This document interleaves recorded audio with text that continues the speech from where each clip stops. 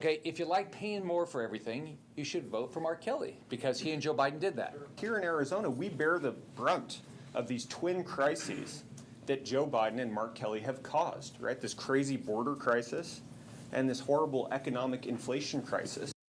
Now, as our state faces more intense heat and drought and wildfires, we are now boosting renewable energy. This is going to help us tackle climate change and bring even more jobs to our state.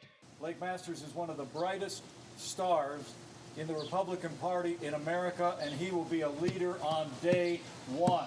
And welcome back to Square Off. Arizona voters are notorious ticket splitters. There were the Ducey Cinema voters in 2018, Kelly Trump voters in 2020.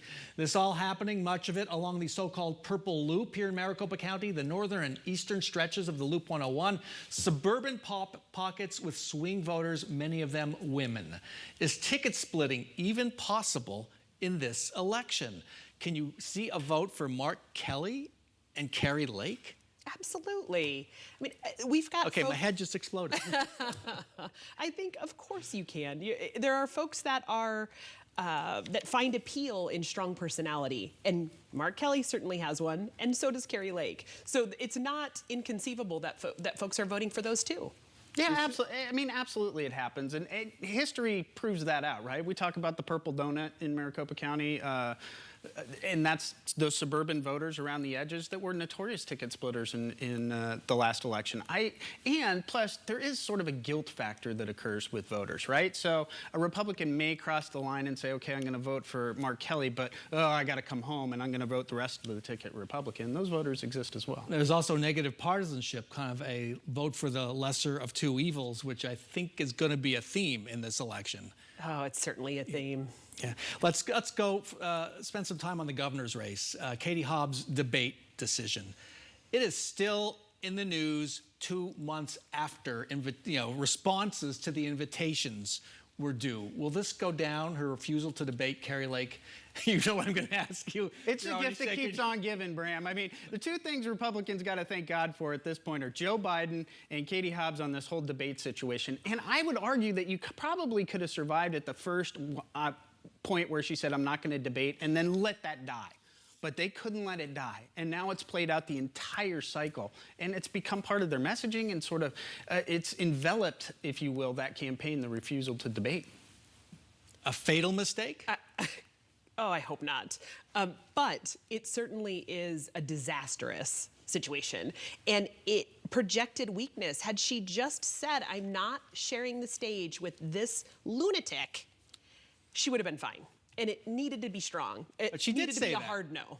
She did say that. It was no, let's change the rules. No, maybe. No, I don't think so. No, I'm sorry. It was a much softer step than it needed to be. On the flip side, you have Kari Lake, who, early and during the primaries, we wondered, how can these far-right candidates move to the center? Kari Lake's not moving to the center at all. Right now, it looks like if she wins, her kitchen cabinet's going to be Donald Trump, Mike Lindell, Charlie Kirk of Turning Point USA. All these folks. Oh, I forgot Steve Bannon. What does a governor, Kari Lake, look like to you? You know, it's funny because sometimes these people all run for public office, and actually the process of making policy is far different than I think people think. And, there's statutes involved and making law, and judges have to interpret those things. And so I think it might be a little bit more mellow than people are expecting. But, we're just going to have to see. And by the way, we still don't know who's going to be governor. I mean, at the end of the day, we need to remind everybody that these races are as tight as they can possibly be. That kitchen cabinet seems to me like it's a real possibility. Well, what we're really needing to focus on is what happens to business and economic development in Arizona with that kitchen cabinet. Who is relocating here? How are you finding young talent? Who's going to expand their business in this state and not a more sane one next door, be it Nevada or New Mexico, Utah? I think we'll have a good look at both camps, whoever wins, by their pick of their chief of staff. It's less about your kitchen cabinet, to be perfectly honest with you, than it is your chief of staff and who's staffing that office every day. I don't know. Donald Trump's going to be watching.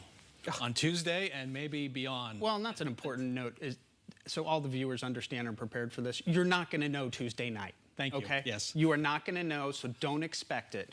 We're going to be in a week-long process. Hold on to your hat. Everything will be fine, but it's going to take a while. And try to ignore the noise because there's going to be a lot of it. Stacy, Pearson, Marcus Dell'Artino, thanks so much for joining us.